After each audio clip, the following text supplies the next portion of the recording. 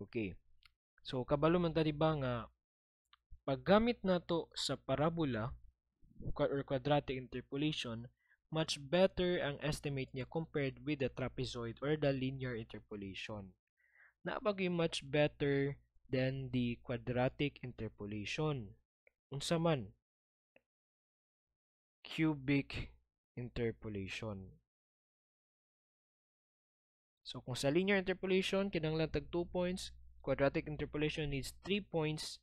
In the cubic interpolation, we need 4 points.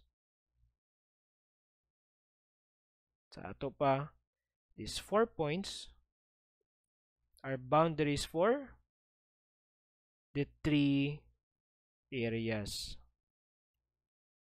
So we have our lower limit here and the upper limit. And then this is our step size, CH.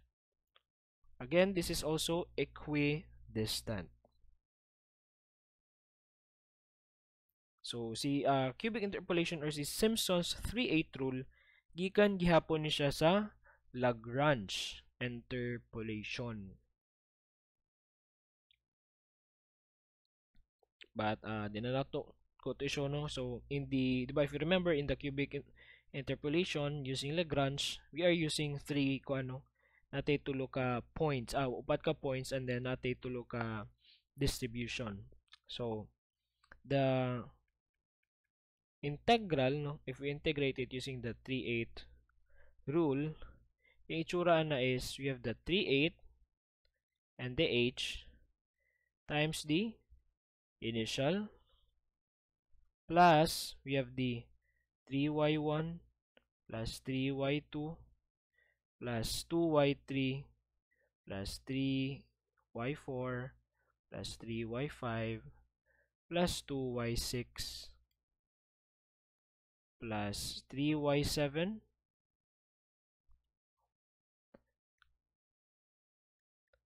plus 3y8 plus 2y9, so on and so forth up to y sub n. Ingani yang form ni 3/8 rule. This is the general form. Kung daghan ko ang daghan areas. Pero if one section lang consisting of 3 areas, iyang form is 3/8h times y0 plus 3y1 plus 3y2 plus y3. So nganong kung daghan ingani man siya 3 3 niya 2 3 3 and 2. So kuan mo na siya mura gitapad-tapad ba. So we have the first batch plus the second batch plus the third batch, no, gisam lang siya. So ang katong isig katumoy nila magdoble, that's why we have the 2 here. Same yapon actually with the Simpson's 1/3 rule. Sa katong general form na ay, diba, na I4 and then I2. So nagkaingat to siya na I2, it is because gitagsa-tagsa man na mura siya tagduha ka area and then total na dayon siya, diba? So ang isig ka boundary atong tagduha nga area is the same man mo tong nay tag 2y2, 2y4, etc. So kung si Simpson's 1/3 rule is for even intervals or intervals divisible by 2, pila man po si Simpson's 3/8 rule. So as you can see, naatay tulo ka areas beneath the curve, no, for the calculation of the Simpson's 3/8 rule. Sa ato pa, this is only applicable for intervals that are divisible by 3. So if the interval is 3, 6, 9, 12, etc., then we can use the Simpson's 3/8 rule. Now how about if the interval is not divisible by 3 and then di po siya divisible by 2? Unsay buhaton ana? Same ani.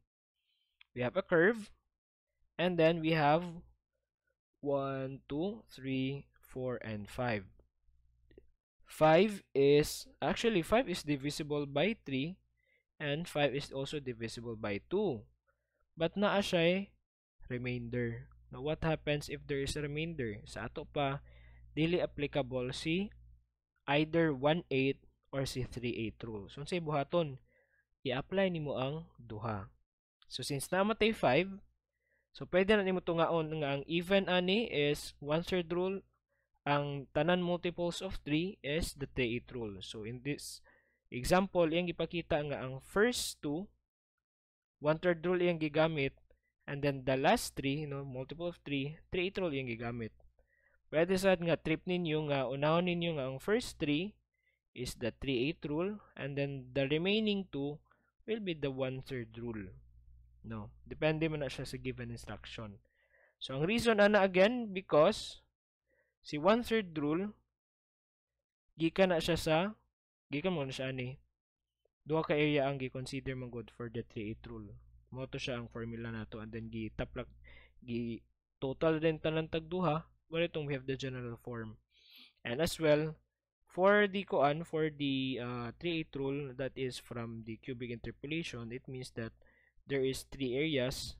There's only the consideration of 3 areas beneath the curve for the cubic interpolation, and then mura lang siya gi-add nato tanan, and then mo to na we have the general form for the 1/3 rule and the 3/8 rule, Simpson's rule.